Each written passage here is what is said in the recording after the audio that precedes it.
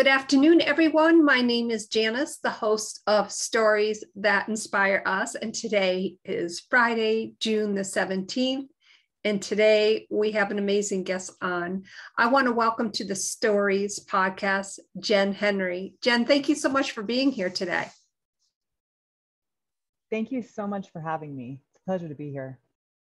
Oh, you're so welcome. And, when we had our discussion and the pre-podcast chat, you do so many things, but you do it with really a lot of recovery in mind, just, being a lifestyle recovery coach, but you're also a certified personal trainer, health coach, a life coach, a master transformation coach, practicing with the NLP, a functional nutrition coach, fitness and recovery coach, and lifestyle recovery coach, of course. Right. Oh my gosh. So why don't we start there? Because that's a lot of coaching. There is. It's a lot of titles, right? And I paid a lot of money for those titles. I invested a lot of time and effort and energy into having all of these letters behind my name because I do not have a degree. I don't even have a high school diploma. And so I have been living with this fear and this compare and despair mindset around, I have to have all of these certifications. And then on the same end, it's also from a place of, I just want to know, I want to learn. And if I can learn because I take this class or this certification or this course, then so be it. And so the last 10 years has been nonstop growth for me. And that is the result of that. Those certifications and all those titles are the result of that. Well, funny that you said that, because in a way, I don't see that ending, but that could be the growth potential is, always goes on, right? But did you find at some point as you're going through these courses, like, oh, I like this one better than this one, there had to be some depth and meaning behind it, especially as relates to your story? Absolutely. I'll share a little bit about why I dove into the different certifications and why they came up. And then we can touch on why I started in this journey in the first place. I was in a really bad place. I was coming out of, I'll touch on that. I was coming out of prison. I was actually coming out of a women's rehabilitation center that housed 60 women and 11 children, of which I had none. And so living with 11 kids and 59 other women as an only child was eventful, to say the least. Mm-hmm. And when I left there, I knew that there was absolutely no way I was going to allow myself to be in the situation where I needed to be in any of my past experiences again. While I'm grateful for my past experiences, what they taught me was that I have difficulty with connecting to myself.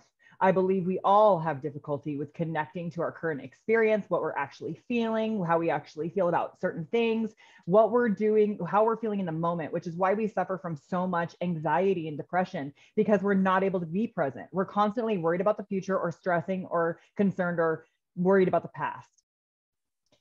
When I got out of rehab, it was following 2 prison terms, a bunch of jail sentences, being jailed, arrested, a bunch of arrests. It came after quite an eventful run on methamphetamine and homelessness. And when I was in this rehab, I was on a lot of medication. They had me on a lot of psych meds trying to rein me in and make me normal and help me fit into society, because I was too much. And as I was going through this rehab, I realized that I didn't get clean so that I could detox from my meds if I missed a dose. I didn't get clean so that I was still numb during all the classes that we were trying to take, where they're teaching me cognitive and behavioral therapy. And they're asking me, well, how does this feel? When do you feel happy? I don't know what I'm feeling. I'm numb. I'm still on all these meds, your meds, what I still call drugs. And I realized that I really needed to be able to be clear-minded. I needed to be able to go back to basic function and see what that was like, learn how to cope, learn how to feel my feelings while I was in a safe space. And so long story short, as I finally started detoxing off my meds about 2 months into my rehabilitation stay, I was coming out of my skin. I was not okay. I was all of a sudden feeling all those feelings that I hadn't wanted to feel for the last 25 years. And that the doctors have helped me and told me that I shouldn't be feeling this much. I shouldn't be as passionate as I am. I shouldn't be as emotional as I am. And I believed them. And I felt like there was something wrong with me. And so I took their drugs. And when their drugs didn't work anymore, I took my own drugs. And then when they were mad at me for taking my own drugs, I went back to their drugs. And then I decided that this wasn't working. And my psychiatrist actually told me, you know what, I give you 18 months before you relapse if you quit taking your meds. And I took that as a challenge because I had to understand what it was that I was feeling. I had to understand what I liked and what I didn't like and what I wanted to be and who I wanted to be in this world. And I couldn't do that in a fog. So I started detoxing, and I was, as I said, coming out of my skin. I was coming off of benzodiazepines and mood regulators and all kinds of different bipolar medication and anxiety medication. And I was feeling it. My nervous system was literally shot. For those of you in the medical industry, you've seen or you can understand what that's actually doing to the nervous system. And my body was not happy. We had an old treadmill at that rehab, and it was in the rec room. And so this is where, mind you, 60 women are either coming home from work because we got passes to work, or they were coming home from school, or they were coming home from job hunting, or they were coming in from programming in one room in that house from 9 to 4 all day. And afterwards, everyone would commune in this community room. As I said, it had this really old rickety treadmill. And for any of you that have ever been on an old treadmill, it's got the sound of a mix between a dying cat and a screaming squirrel. Like, I don't really know how to explain the squealing that was coming out of this machine. And it was deafening at points. And these women are trying to talk to their families. They're trying to watch their TV shows, and they're trying to relax. And they were not happy with my decision. And so I say this because this is not the first, this is the first, but it is not the last time that I had to stand up for what it was that I needed, regardless of what anybody else thought or said or had an opinion on. And while I was staring at 59 women down who had just also gotten out of prison, as I make my way through my time on this treadmill, I realized for the first time in my life, I was doing something for me. My entire life, I had spent being codependent as an only child, just wanting that sister or brother relationship with somebody, just wanting to be connected to somebody. Meanwhile, was never connected to my own self, because I was who you wanted me to be. I was who everyone else needed me to be. And I thought that if I was who you need me to be, that I have purpose. That is my meaning in life, is to make sure that you're okay. And I truly believed that until I gave and gave and gave and gave.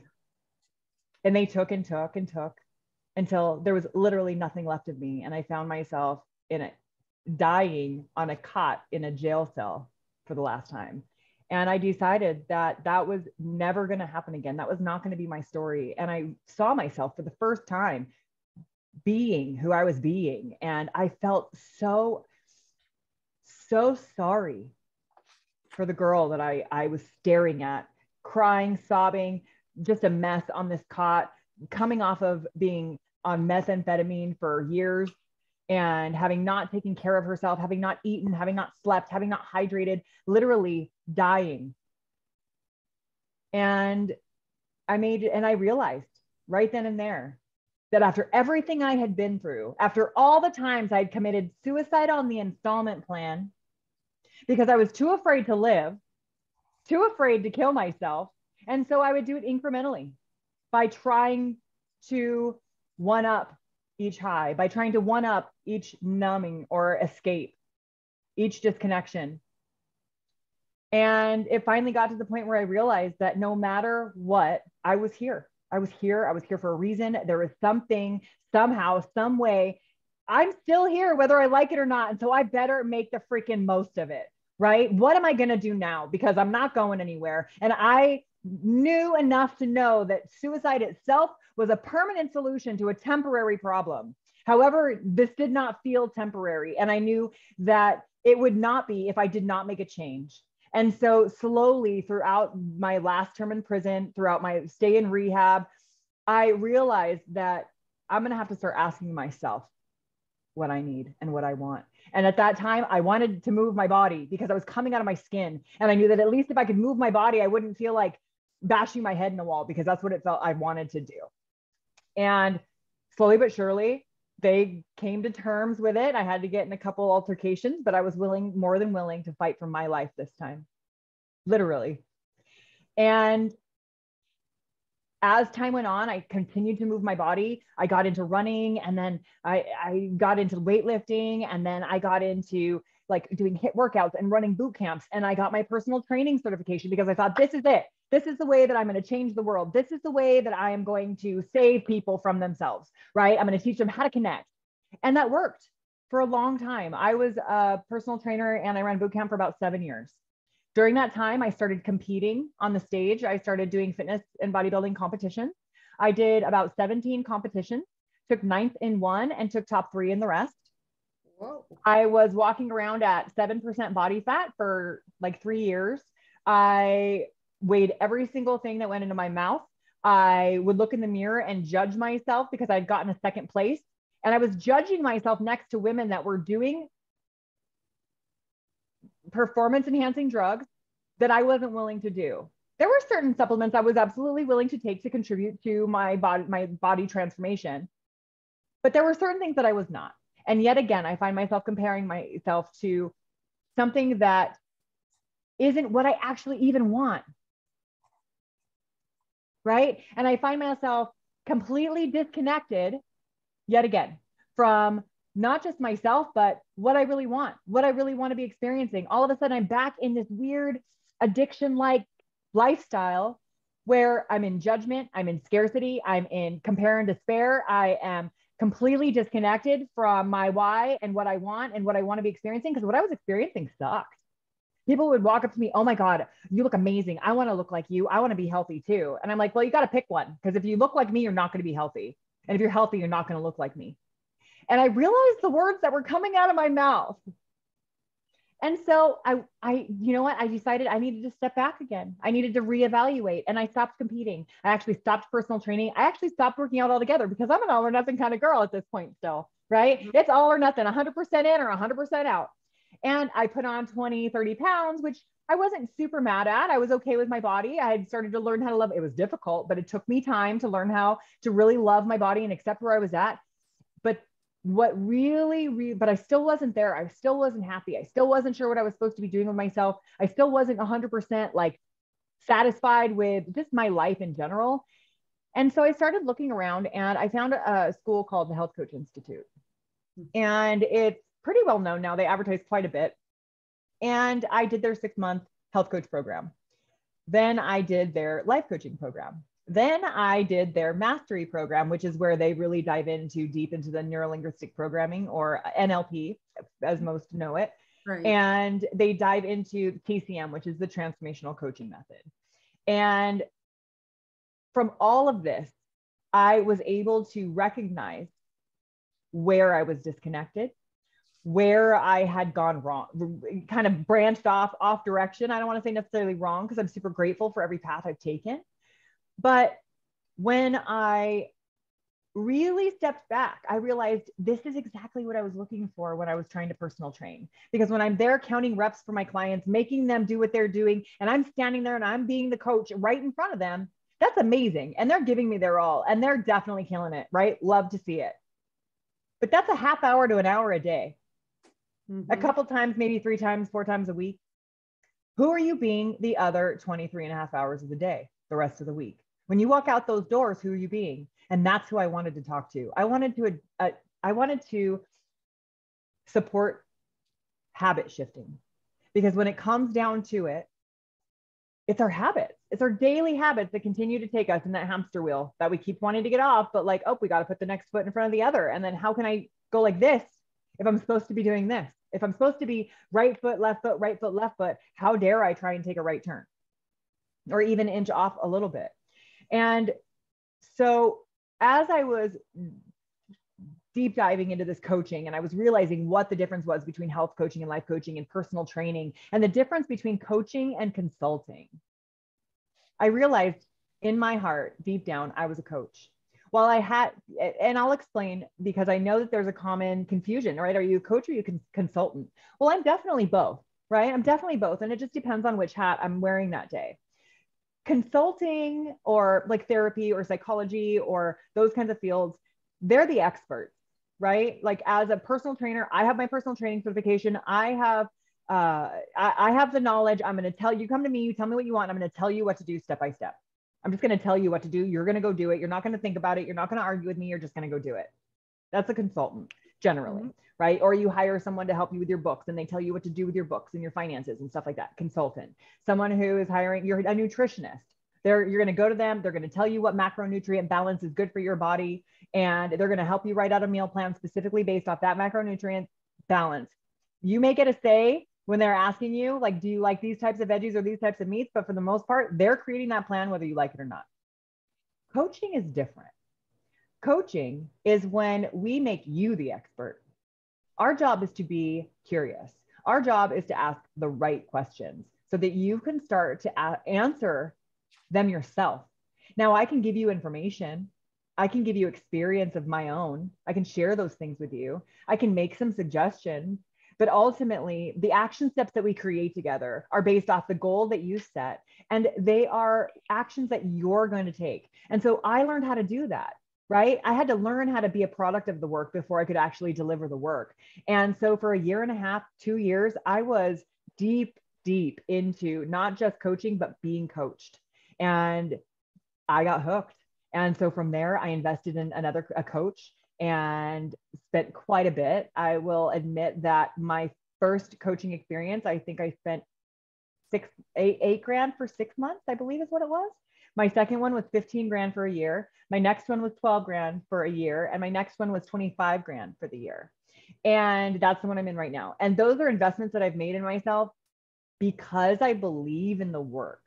And I don't think that I would be the coach that I am today if I didn't continue to invest in myself. And so as I was going through those certifications, I was getting, right when I was doing the personal training, I also got fitness and recovery because I thought, I really want to dive into the recovery niche.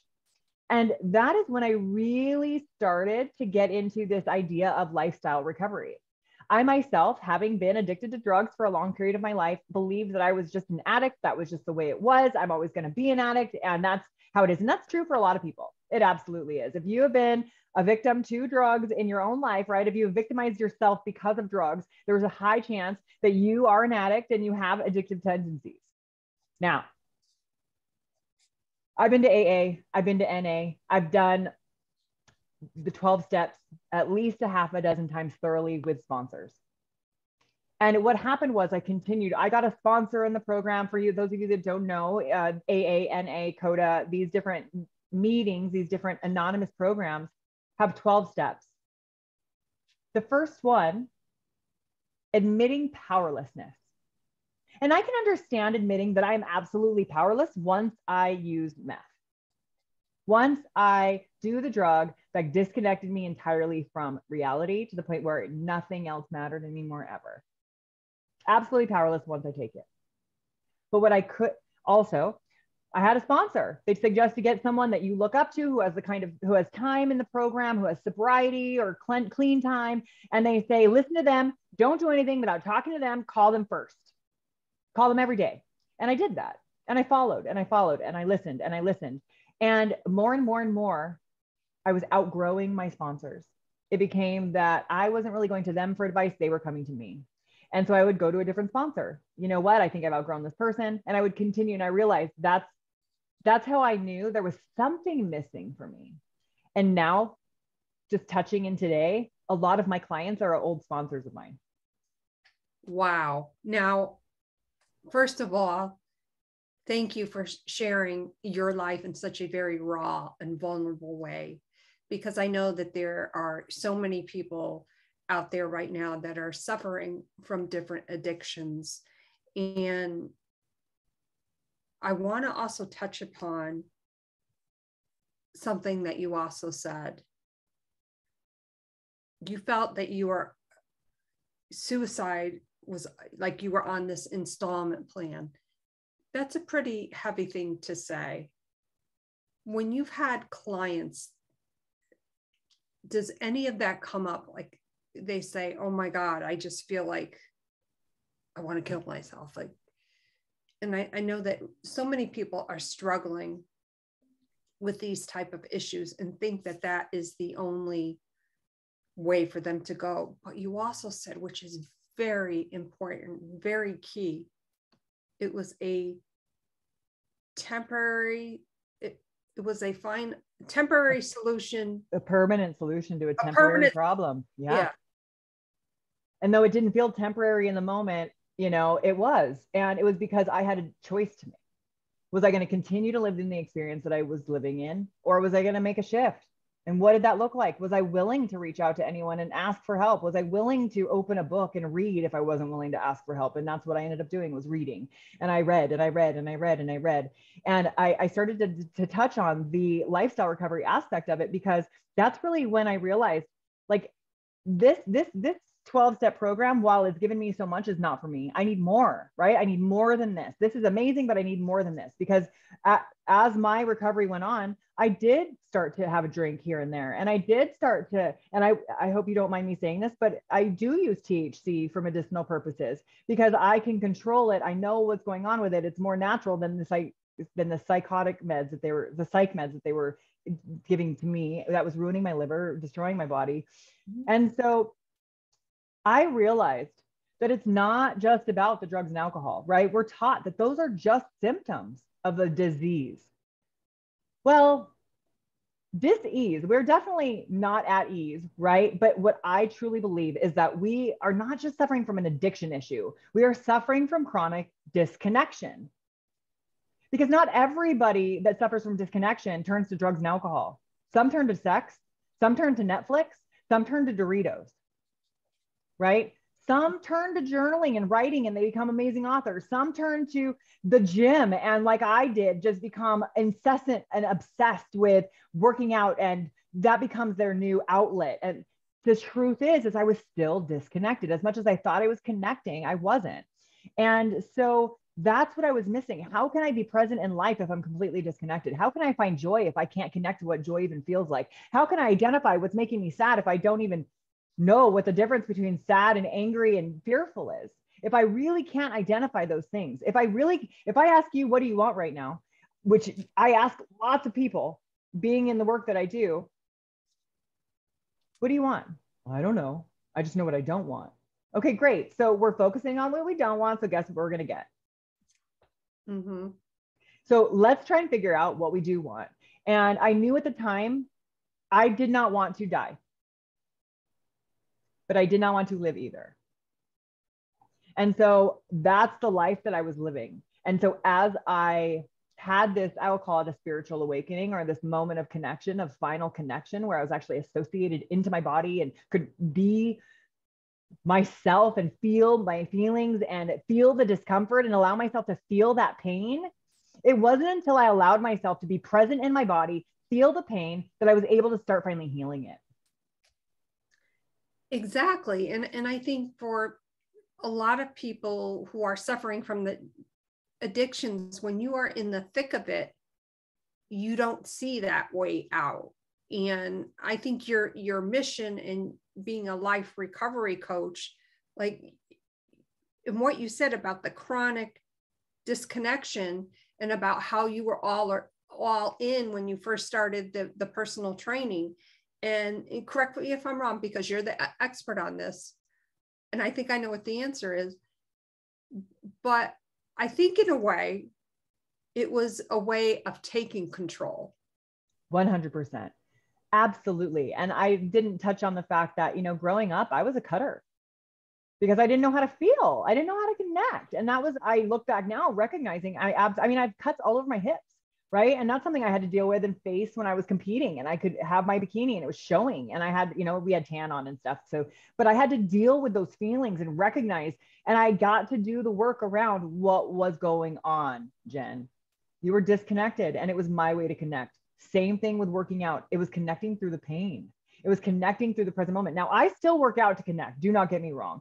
During my time when I'm working out, that is my time to really feel into my body and be present and to feel the pain and push through it anyway. And to an extent, not dangerously, but in a very healthy way for myself. And it gives me strength for the rest of my day or the rest of my week, or because when I'm creating on purpose resistance, that's when I'm growing. I love that, on purpose resistance. Now, I want to ask you some questions about the drug addiction. I've never had a drug addiction. I've had food addictions for sure. I've lost over 130 pounds, whatever it was. So amazing. That's a whole person. That's a Yeah. whole person, a grown adult. Yeah. And I think about it. And what I have, just so that you know, right beyond my computer is my commercial grade kickboxing bag. I used to weigh more than that bag. Oh my gosh. But the point being, when your device, whatever it may be, but specifically as we're relating today's chat to what you went through, I assumed that it was so easy to get the drugs. Is that an accurate statement? Yes, not as easy as it is today, but it was definitely easy. As a person who identifies as a giver, as a codependent who identifies as the giver in the relationship, givers find takers. And when you're in that kind of environment, the takers are aplenty and they come out of the gutters to come find you.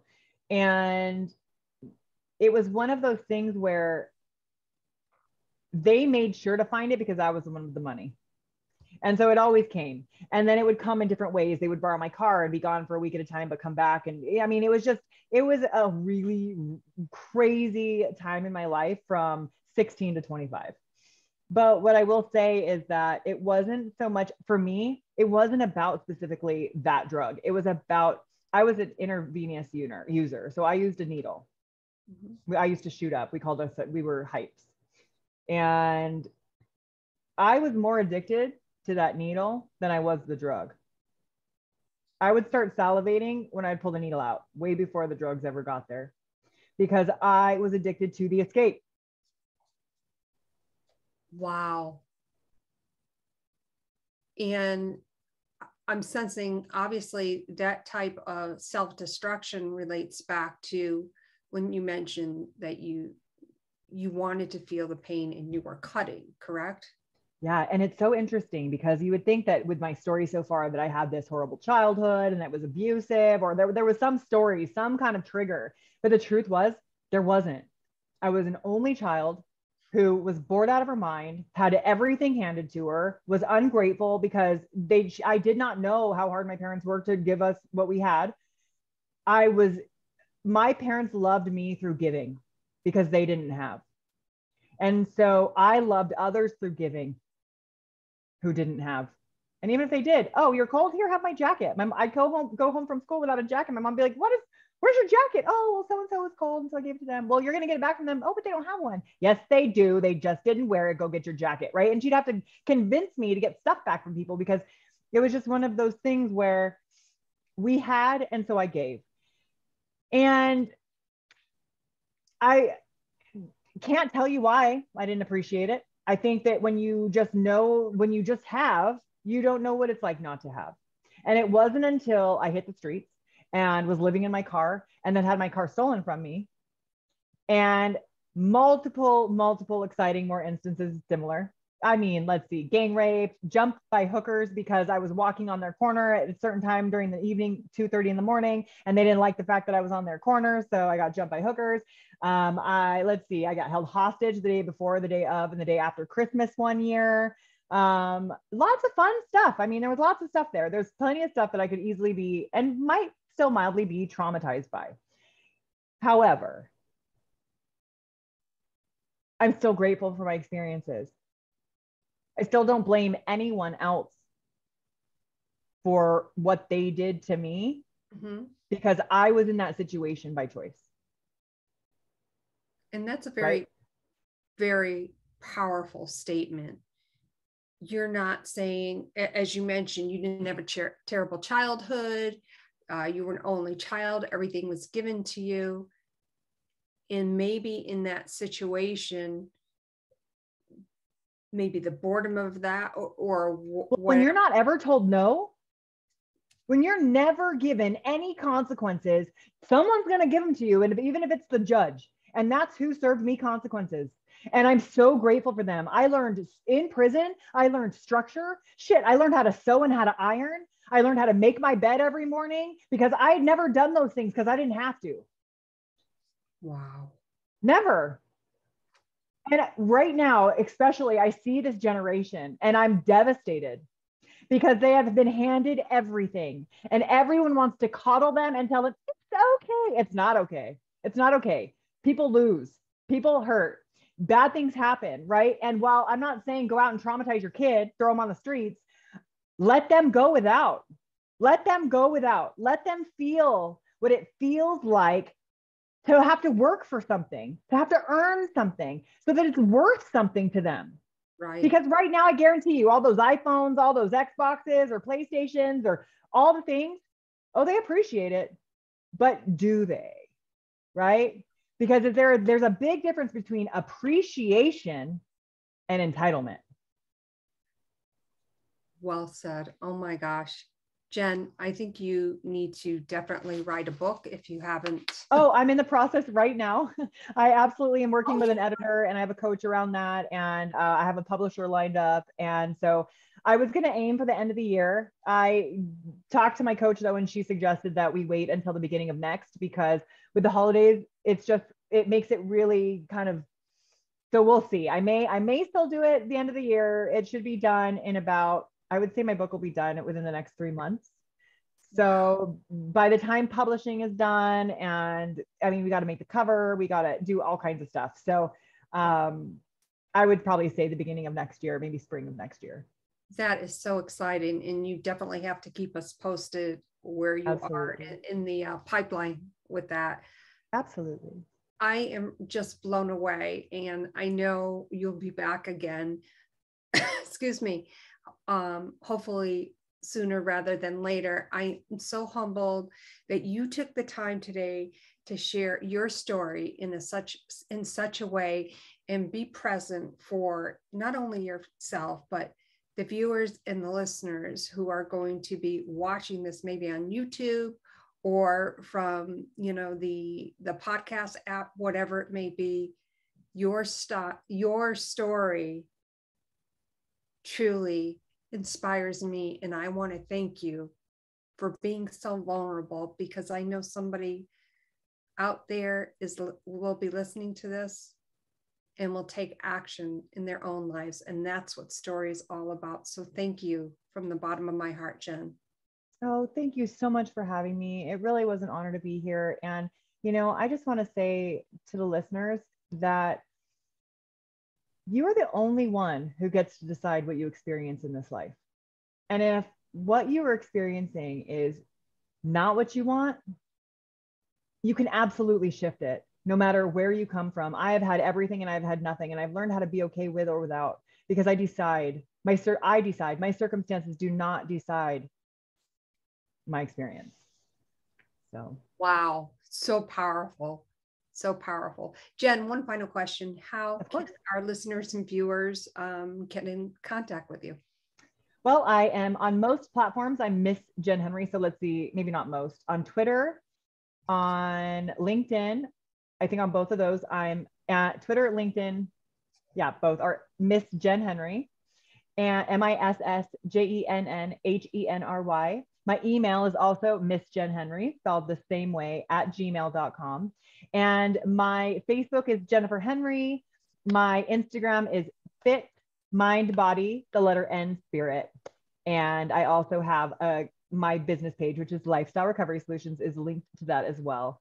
So there's lots of ways to get a hold of me. I do lots of trainings and videos. I do have a private group on Facebook. So if any of that interests you, feel free to reach out, and I'd love to connect.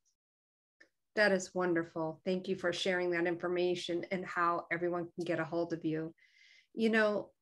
Friends of the Stories That Inspire podcast, I want to thank you so much. The response to stories has been overwhelming. And I'm so humbled that I have the amazing ability to help others share their stories.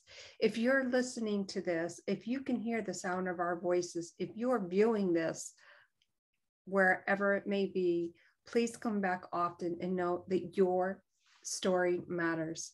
My name is Janice Malillo, the host of Stories That Inspire Us. Jenn Henry, you inspire me. Thank you, everyone, and have a great weekend. Bye, everyone. Thanks, Janice. You're welcome.